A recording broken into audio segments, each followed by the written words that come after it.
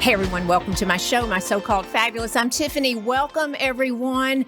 All right, we have an epidemic. And it is a big one. It's the opioid epidemic. We've been talking about it for years. And I had to get someone on this show to talk about this because you hear about it in media. You hear about it, everywhere. It's the talk. And we definitely need to solve this problem. So I brought on the show today a fabulous gentleman with so many credentials, Dr. Pedro Franco. I'm going to try this, okay, y'all? He is a maxillofacial surgeon. Did I do it right? You did perfect. Welcome to the show. Welcome. Thank you so much for having me. It's a pleasure to be with you guys today and also to talk about something that I'm very passionate about it, which is how's the way for us as a health professionals to fight the opioid epidemic. Mm-hmm. Yes, it's necessary because I do watch the news and media and see. Do you call it an outbreak? What do you call this? I mean, it's just an epidemic that's taken over, right? Yes, the problem is the majority of people that are dying right now, they are junkies. So imagine that you put 175, 200 people every day in a plane and you crash a plane every single day. That will make the news. But because our patients or the people that are dying right now in our country are junkies, we don't care too much about them. What's happening with this epidemic is it doesn't respect social classes, it doesn't respect ages, it doesn't respect anything. And we're getting these patients or these people dying in our streets. The government has done a lot of, wake-up calls and things like that, but we need more help from everybody else, especially in the healthcare industry. We have multiple companies involved on this, but the problem is that the professionals, which I believe that we are the entry gate or the door that we're going to expose these patients, we're not doing as much as we have to do it. So what's happening is the government is attacking us right now. And I feel attacked because they're controlling the amount of medication that we can prescribe in our patients without educating the health professionals on different ways to control pain.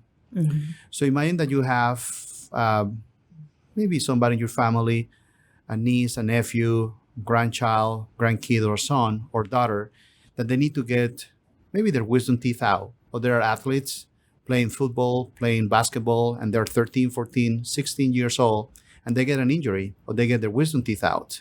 So the pain medication that we're going to use for them is going to be an opioid because it's the only pain medication that it can take care of the pain, which is not true. But that's the way that we have been educated. So we're going to give to these patients 12, 20, 30 tablets just to keep them away from pain because the parents, they don't want our children or the children to be in pain. But what we're doing with this is we're creating an addict. Mm-hmm. We don't know which of these patients is going to actually enjoy these medications so much that they're going to keep in pain just to get these medications. So we'll maybe prescribe 1 or 2 more refills. And then after that, these patients are going to go into what? Into looking for these medications on the street or changing these medications now for something else, like heroin or fentanyl, which is invading our country right now. Invading. And let me ask you a question about that. I'm going to get around to really introducing you, but let me ask you a question about addiction. You say one of your patients may be 18, 32. It doesn't matter race, color, male or female. Are we predisposed to addiction? We are. And we can see, or we have seen that with alcohol, with marijuana, with multiple things in the past. We have the receptors for opioids in our brains. And what's happening is we're creating this addiction because we have this in our genes. So that's what's happening. That's what's happening. I know. And I have so many little personal stories, but I really want to get to who you are and how you started this. You're from Colombia. How in the world did you decide to be a surgeon? So I used to help my dad's dentist during the summers. And I always admired the work that he was doing. And he will travel the Peace Corps everywhere around the world, helping people, pulling teeth, and trying to do multiple things for free. So one day I asked him, I would like to be like you. I would like to be a dentist, a doctor, and I would like to see how I can help people. So the first thing that he said is, you could be a dentist, but make sure that you become an oral and maxillofacial surgeon, because that's the only way that you can actually help people all around the world if you want to travel. And I said, but you're a dentist and you can help them. Yes, but you can do it in different scale. You can pull teeth in a very efficient way. You can do fractures in the face. You can do cleft lip and palate. You can do tumors. You can do so many things that people are in need all around the world that you can touch more lives. So that's the reason that when I went to school, the first thing that I have in my mind is how could I get into oral and maxillofacial surgery training after my dental training so I can become an oral surgeon. And that's the way that I did it. So I did my training partially in Colombia, and then I always wanted to come to the United States. And the main reason is because we have the resources, we have the research, we have the facility, and we have the technological advancements here. So I can advance in my career and be one of the best in the world. So at that point, that was my goal. I was very fortunate that I was able to come here and be exposed to such an amazing healthcare, which a lot of people don't believe that, but I still believe in that America has the best healthcare in the world. And then I was blessed to work with different professors and teachers, which at that point, they were the leaders of so many specialties in my field that they exposed me to what I'm doing right now. So I was trained by multiple people that I believe that they're the best in the world, and they're big names in my specialty. And you are 100% in support of not prescribing opioids. And I'm wondering, because I read in your bio and your history, I have researched you so much. Okay. So yeah, All right. It's called stalking, I think. But I read that in Colombia, your father was kidnapped by Pablo Escobar. No, ma'am. No. So That's fake news. No. It is partially true. So my dad was involved in a kidnap situation, but it was by a guerrilla movement back in the 80s. And it was a very hard situation that it taught us a lot of how could be so grateful for life and things like that when you can partially be without one of your most beloved family members. Everything when uneventfully he was back with us, but it was how a situation like that when you're 13, 14 years old can change your life in multiple ways. We grew up in the 80s in Colombia facing the drug problem and how it changed our country in Colombia, how it destroyed the values of the country, and how in the last 20 years we've been reestablishing all those values and getting everything better and stronger. Right. And did that make an impression on you of stop the addiction, stop the epidemic that's going on now? Because in your industry and so many industries in medicine are overprescribing. Is that true? Yes. So there are two main problems. The first problem is the overprescribing, which you mentioned a few seconds ago. And the second problem is that because we overprescribe, we don't have any program to bring those medications back into a safe place. So grandma gets the pain medications. She may use 5 from 20 pills that she got. And then the grandkids during the weekend, they go to grandma's home and they see, okay, we have these pills, and I'm invited to a fun party in the weekend, and I'm going to bring some of those pills so we can get high with my friends and have a good time. So diversification or diversity, that's one of the biggest problems that we need to attack regarding overprescribing. But what are we going to do with those extra medications, and who is using those medications? And it's when you describe opioids, what is in that umbrella with drugs? I mean, so we can go from cocaine, morphine, fentanyl, hydrocodone, and multiple other medications that we have in the market right now. The most common is hydrocodone. Right. And from hydrocodone, we went to multiple morphine derivatives that they use. And you see what happened back in the 90s and people using medications that in other countries, we use those medications so just for patients that are dying from cancer as a palliative care. So somebody that has all that pain from cancer, they get those medications, but they're in the last stages of their lives. And we need to be kind to them, to give them those medications to make sure that they're going to at least have a better quality of life during the last, episodes in their lives. But for a patient that we're going to do just surgery, I don't see why do we need to prescribe these medications when we have multiple options and different methodology to control pain. All right. And what type of surgery do you do? So we do from taking a tooth out, doing extraction of wisdom teeth, to TMJ reconstruction, TMJ surgery. We do facial reconstruction regarding removing a tumor and putting bone from your leg into the face. We do jaw corrective surgery. We do facial cosmetic surgery, and we do major trauma in the face. Mm-hmm. Right. So the biggest model that every single pharmaceutical company has used in the past for pain control and to evaluate the pain medication efficiency has been wisdom teeth. So wisdom teeth is a very painful surgery. And because it's in your head, in your face, you feel that 24/7.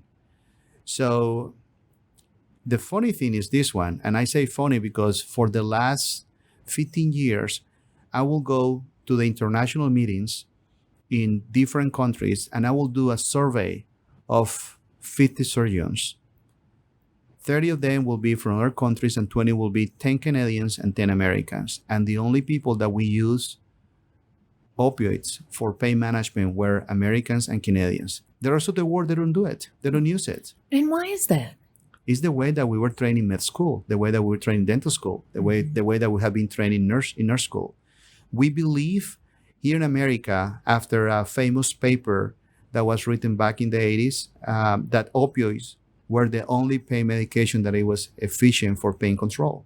And that's the reason that you see all those lawsuits to different pharmaceutical companies and things like that, because that was not true. But that was the way that they told us to control pain. Mm-hmm. And it was a letter to the editor that was published in a famous journal. And everybody thought that was the Bible.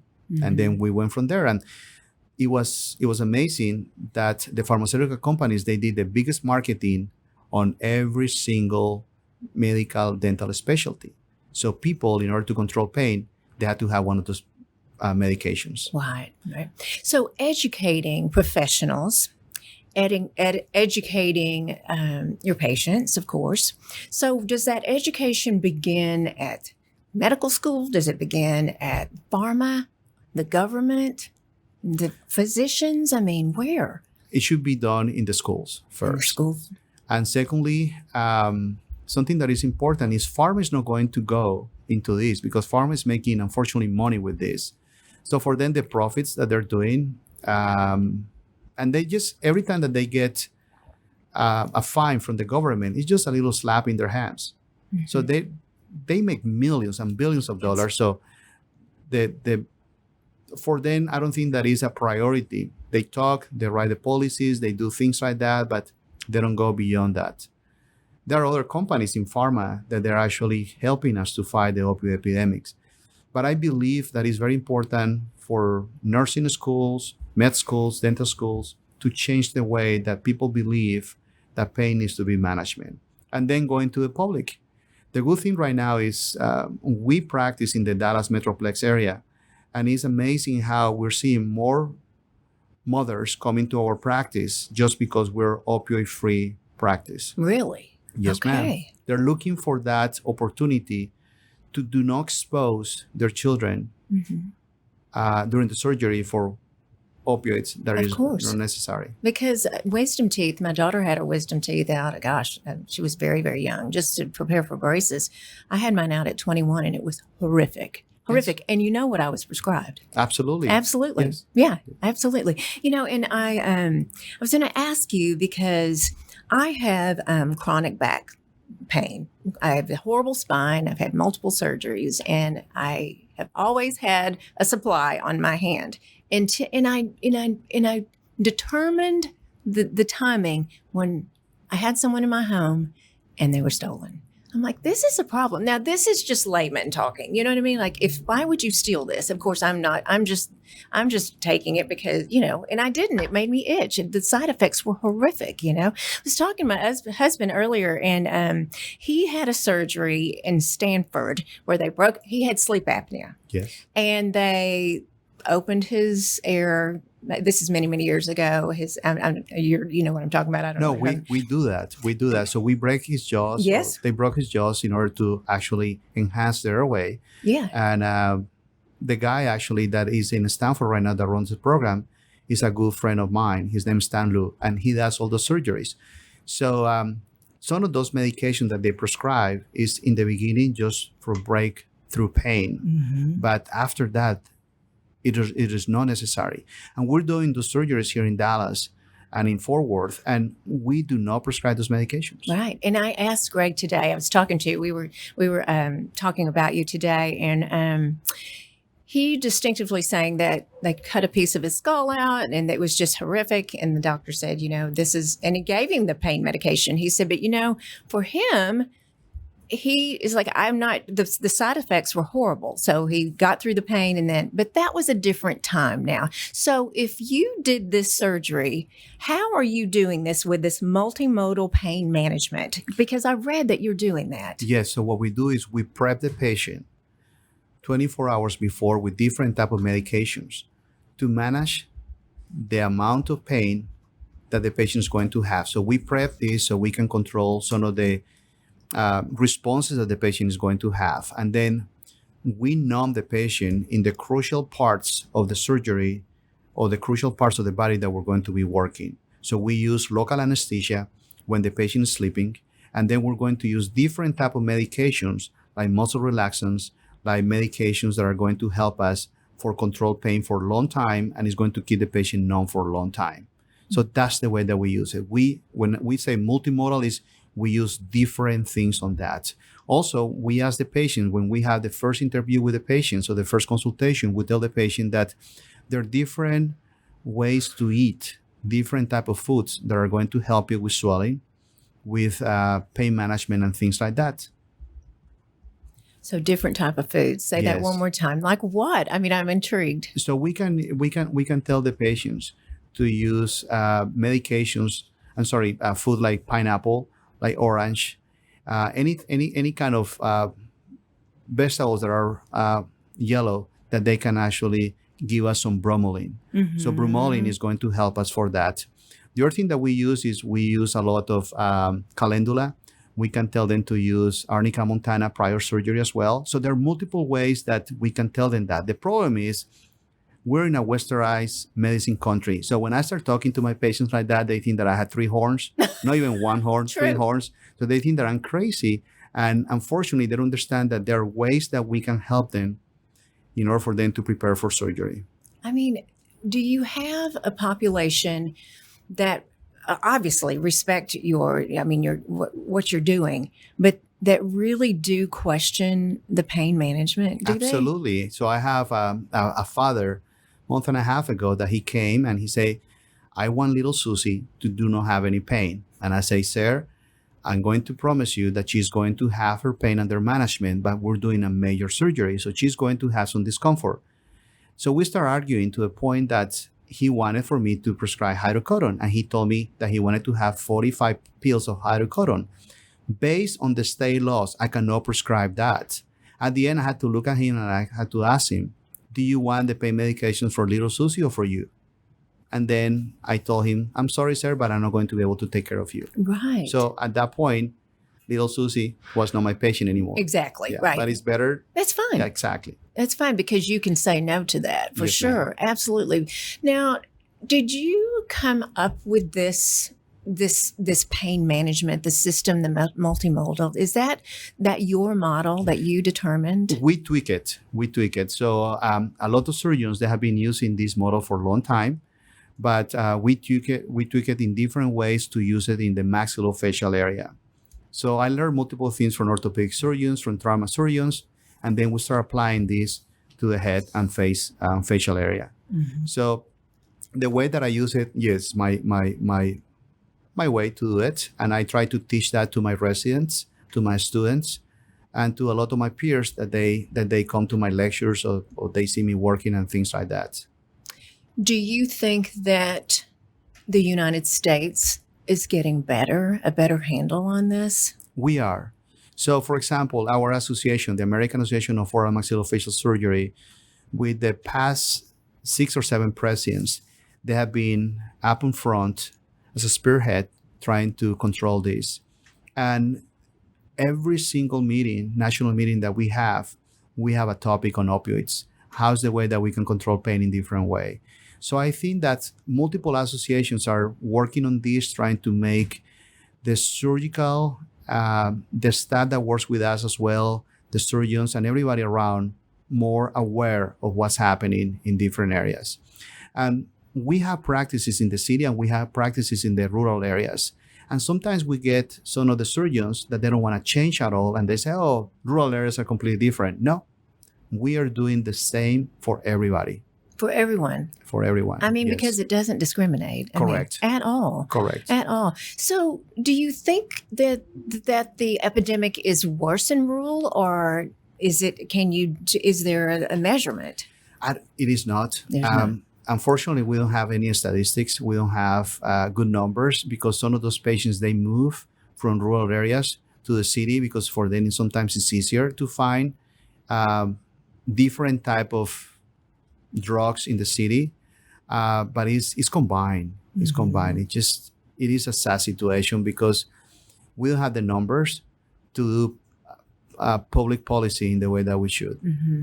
But you do have the numbers on what's being prescribed, right? Absolutely. And we have the numbers also in our practice. So when somebody comes to my practice and they tell me that, I'm lecturing and they tell me that maybe that's not true, I can tell them how many patients we did last year, how many patients got this type of medications, and how's the way that they did. Because in the beginning, when we jump into this multimodal project, we did a lot of research in our own patients.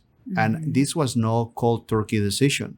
This was a decision that we took, and it took almost months preparing my staff, preparing the surgeons that they work with me, preparing my referrals, preparing the patients, to a point that we were able to control numbers, to make phone calls for the first 5 to 6 days to our patients every day to see how they were controlling pain.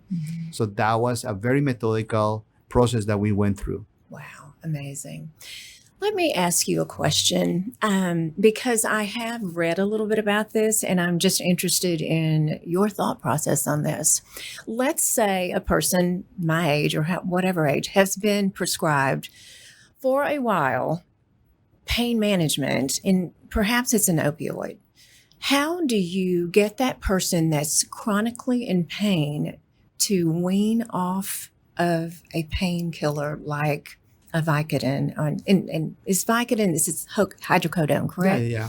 How do you do that? Because I have heard, is that fair? What is it doing? What is it doing to your body? I mean, you know what I'm saying? Like, I know you were talking about the father that asked for 45 or whatever the case may be. And when I've had procedures, they've limited, obviously. But what do you say to the people that have been, for years, been on pain management? I will tell them that it may be hope in the future trying to handle this in a multimodal way, but the problem is the health insurance are not in our size. We have a lot of new procedures that we can try on our patients, but unfortunately the insurance, they believe that these are experimental procedures and they don't want to pay for it. So these patients, unfortunately, they have been on Oxycontin, they have been on Vicodin, hydrocodone, you name it, and fentanyl patches. And the body right now is addicted to that. So we need to work in multiple fronts. First front is trying to decrease the addiction, trying to find a clinic that they will work with this addiction and trying to titrate these medications down. Also trying to find the source of the pain. Is the pain real? Where is the pain? How we can control this pain? People, they don't want to take time on this patient. Even some of the pain doctors, and I work with multiple pain doctors because my background is mainly in TMJ pain and management and surgery.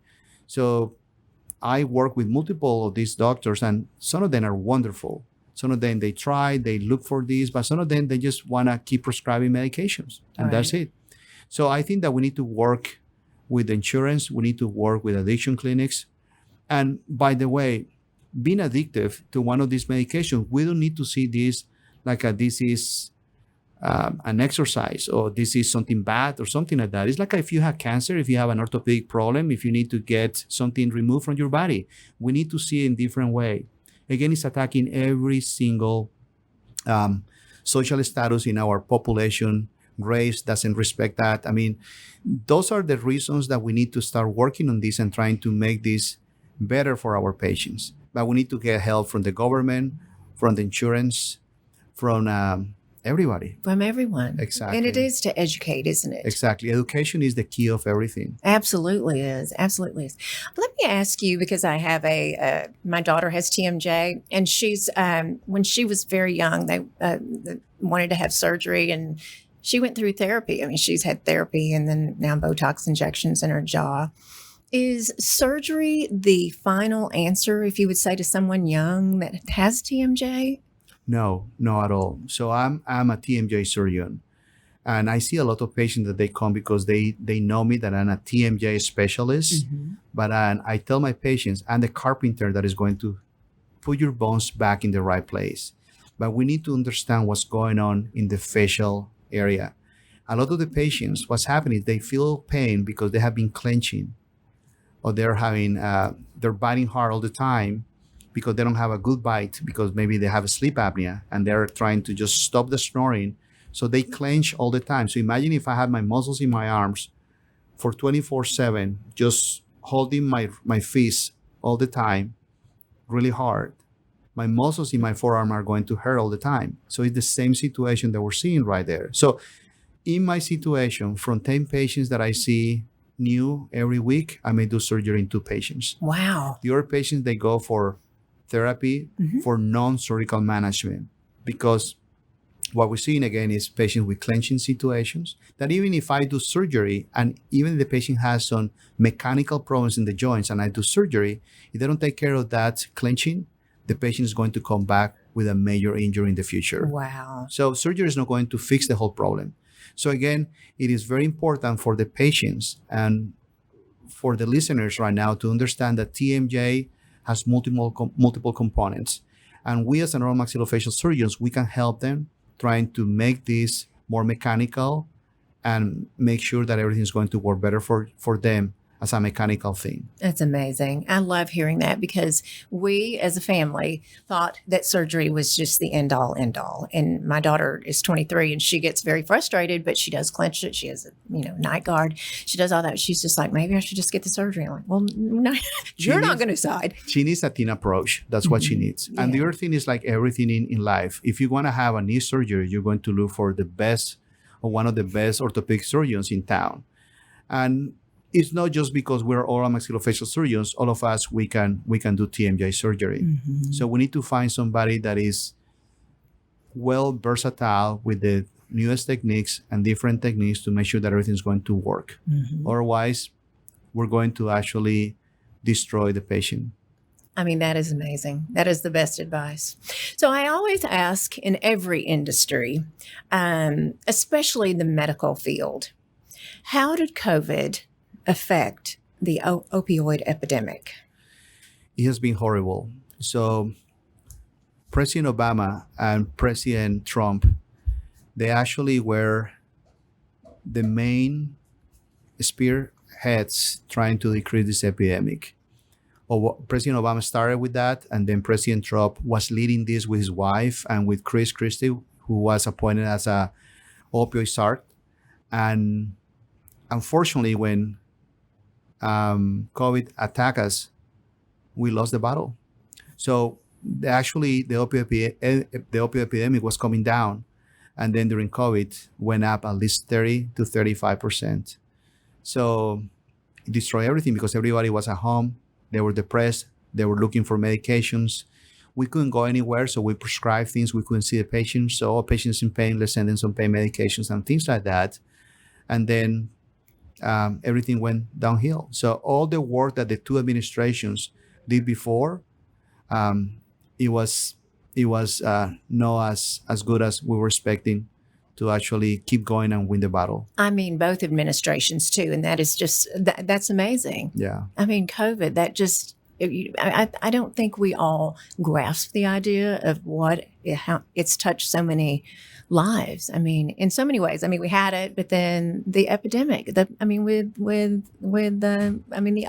It's No, amazing. to see the numbers right now from the CDC and seeing the amount of overdose and things like that went up 30%. Good grief! Now, what happens, Dr. Franco, if a physician prescribes opioids and they shouldn't? So we don't have any good control right now. What's happening is the state has numbers that they can monitor regarding the amount of opioids that we're giving to our patients. And these numbers, they connect them with the DEA.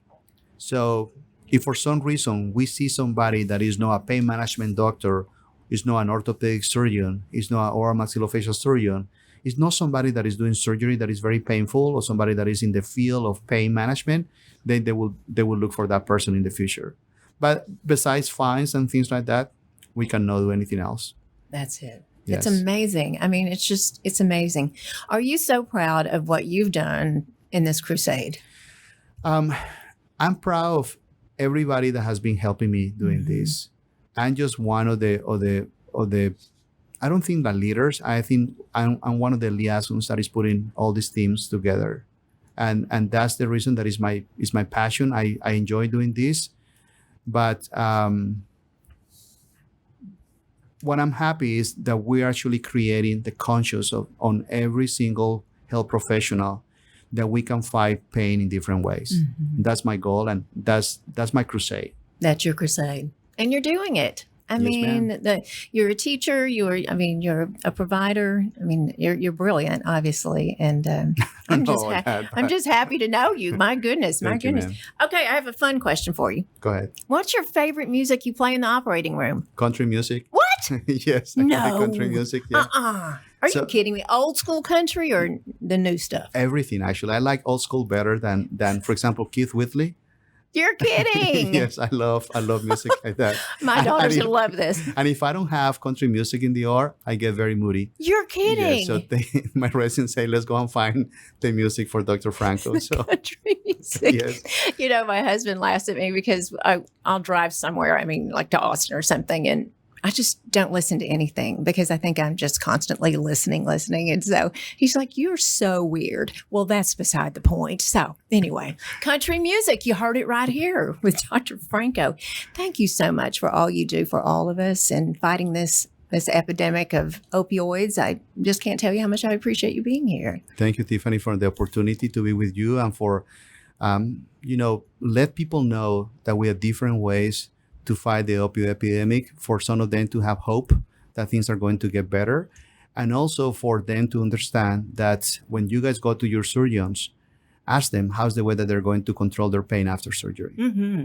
And a quick question for all the listeners, the followers, the viewers: how can we each of us help? How can we help?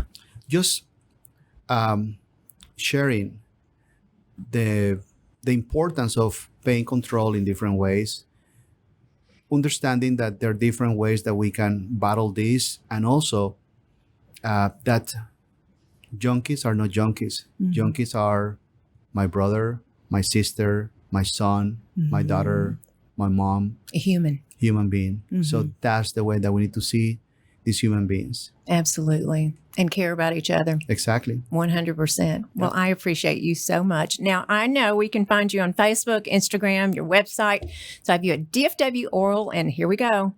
Maxillofacial surgery. I did it. Great. Do you know awesome. I've been practicing all day? Good. You did amazing.